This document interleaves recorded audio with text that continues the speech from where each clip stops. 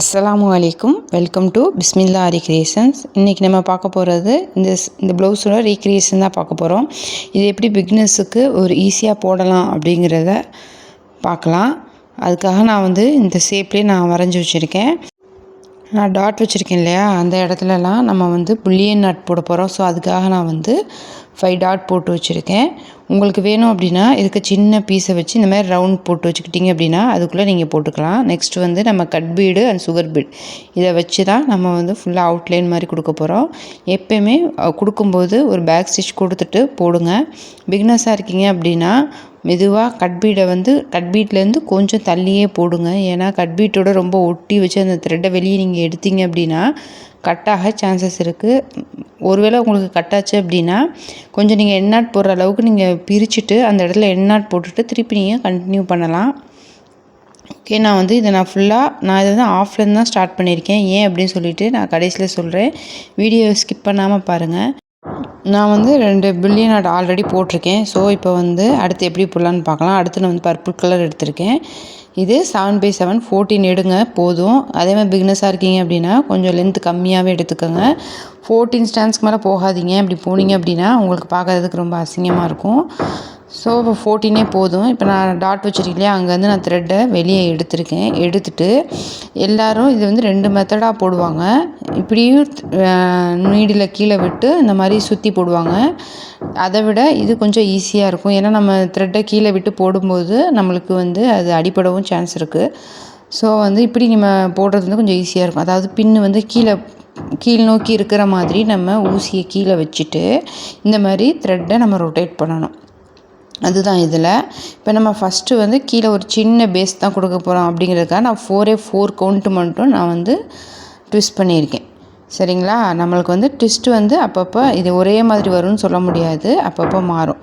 So நம்ம பிடிச்சிட்டு இந்த சைடு கையை விட்டுறக்கூடாது. அதை அப்படியே டைட்டாக எடுத்துகிட்டு இப்போ பாருங்கள், நீடியில் எங்கே த்ரெட் எடுத்தோமோ அதே இடத்துல கீழே போட்டுட்டு இப்போ உங்களுக்கு எந்த அளவுக்கு லென்த்து வேணுமோ அந்த இடத்துல, அதாவது இப்போ நம்ம கையில் பிடிச்சிருக்கோம் இல்லையா, அந்த த்ரெட்டை விட்டுறக்கூடாது. அந்த ஹோலை பிடிச்சிட்டு நெக்ஸ்ட்டு நம்மளுக்கு எந்த அளவில் வேணுமோ அங்கேருந்து நீடில் வெளியே எடுத்துகிட்டு அந்த நம்ம கையில் பிடிச்சிட்ருக்க அந்த த்ரெட்டை அதில் மாட்டி விட்டுட்டு இதை பிடிச்சி நல்லா டைட்டாக இழுத்தோம் அப்படின்னா நமக்கு அங்கனக்குள்ளே ஒரு லைன் மாதிரி ஃபார்ம் ஆகும். அது ட்விஸ்ட்டாகவே இருக்கும். சரிங்களா? இப்போ உங்களுக்கு புரியும்னு நினைக்கிறேன்.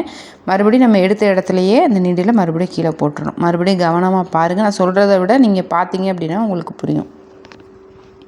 இப்போ நம்ம கீழே உள்ள பேஸ் தான் போட போகிறோம். இது ஒவ்வொரு இதுக்கும் ஒவ்வொரு இது மாறும். இப்போ பாருங்கள், ஃபஸ்ட்டு ஒரு லைன் போட்டிருக்கோம். நெக்ஸ்ட்டு அதோட மிடில்லேருந்து நம்ம நீடில் எடுக்கிறோம்.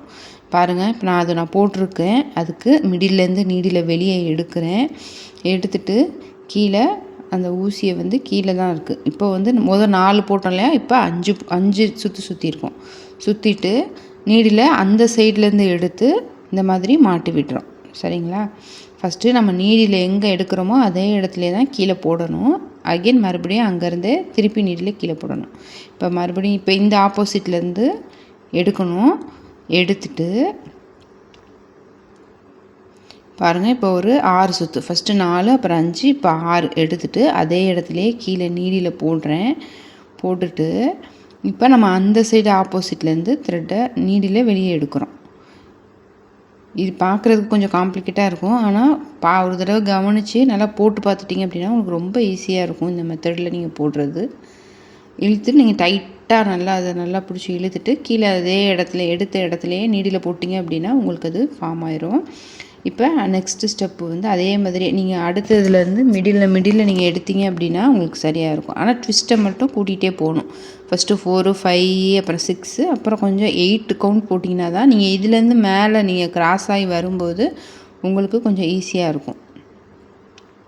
ஸ்டார்டிங்கில் கொஞ்சம் தப்பாக இருக்க மாதிரி இருக்கும். ஆனால் நீங்கள் எதுக்கும் பயப்படாதீங்க. நீங்கள் போட உங்களுக்கு சரியாக வந்துடும். நீங்கள் அது மிடில்லேருந்து எடுத்து இந்த மிடிலுக்கு நீங்கள் அதே ஊசியை நீங்கள் கொடுத்து வெளியே எடுத்தீங்க அப்படின்னா உங்களுக்கு அது கரெக்டாக வரும்.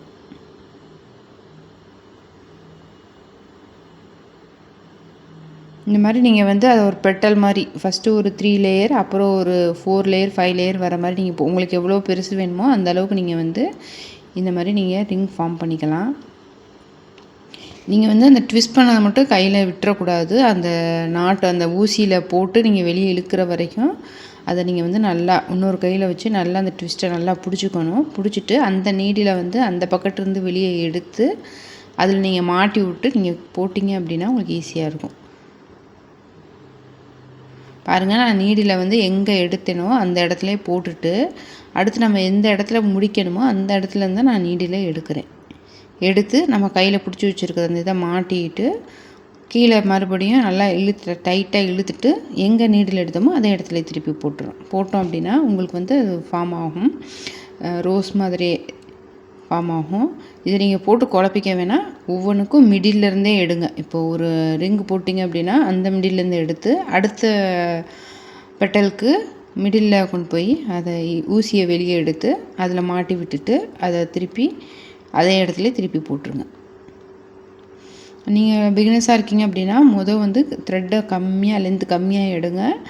14க்கு மேலே போவேணாம். அதுக்கு நீங்கள் கம்மியாக இருந்தாலும் பரவாயில்ல, 14க்கு மேலே போவேணாம். பாருங்கள், நம்ம எவ்வளோ அழகாக ஃபார்ம் பண்ணிட்டோம். ஃபஸ்ட்டு ஸ்டார்டிங்கில் வந்து எவ்வளோ கொஞ்சம் இதாக இருந்துச்சு, இப்போ கொஞ்சம் அழகாக இருக்குது பார்க்குறதுக்கு. நெக்ஸ்ட்டு வந்து நம்ம ஃப்ரெஞ்சு நாட்டு தான் போட போகிறோம். அதுக்கு வந்து அதுக்கும் 7/7 14 தான் எடுத்துகிட்டு இந்த மாதிரி சம்கி வைத்து நம்ம அந்த போட்டுக்கோம் இல்லையா, இடையில கொஞ்சம் கேப் விட்டோம்ல, அந்த இடத்துல சென்டராக பார்த்து நம்ம ஒரு 5 இல்லை 6 நம்ம அந்த இடத்துக்கு தகுந்த மாதிரி நம்ம ஃப்ரெஞ்ச் நாட் போட்டு அதை பண்ணிக்கலாம்.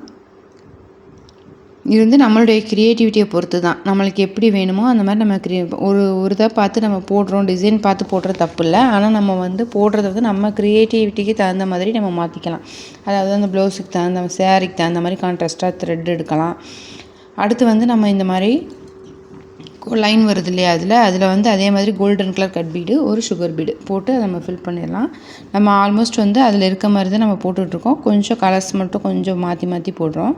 நெக்ஸ்ட்டு வந்து ஜர்தோசி போடலாம். ஜர்தோசியை வந்து லேசி டேசி மாதிரி தான் ஒரு 1/2 இன்ச்சுக்கும் கம்மியாக கட் பண்ணிட்டு, அதாவது உங்களுடைய ஸ்பேஸுக்கு தகுந்த மாதிரி அதை ஒரே மாதிரி கட் பண்ணிவிட்டு அதுக்கு மேலே ஒரு சின்ன பீஸு ஒரு சுகர் பீடு போட்டு அதை கம்ப்ளீட் பண்ணிடுறோம். நீங்கள் கலரும் எப்படி அந்த உங்கள் சேரீக்கு தகுந்த மாதிரி என்ன கலர் வேணாலும் நீங்கள் எடுக்கலாம். இதுதான் எடுக்கணும் அப்படிங்கிறது எந்த அவசியமும் கிடையாது. இதில் ஏதாவது டவுட் இருந்தால் மறக்காமல் கீழே கமெண்ட் பண்ணுங்கள், லைக் பண்ணுங்கள். இதே மாதிரி நான் 4 சைடும் நம்ம போடுறோம். எங்கெல்லாம் நம்ம கேப் இருக்கோ அந்த இடம் ஃபுல்லாக நம்ம ஃபில் பண்ணி இந்த இதை நம்ம கம்ப்ளீட் பண்ணலாம். பார்க்க ரொம்ப அழகாக இருக்கும். இது அங்கங்கே வந்து சமைக்கியும் ஒரு சுகர் பீடும் வச்சு நம்ம இதை கம்ப்ளீட் பண்ணலாம்.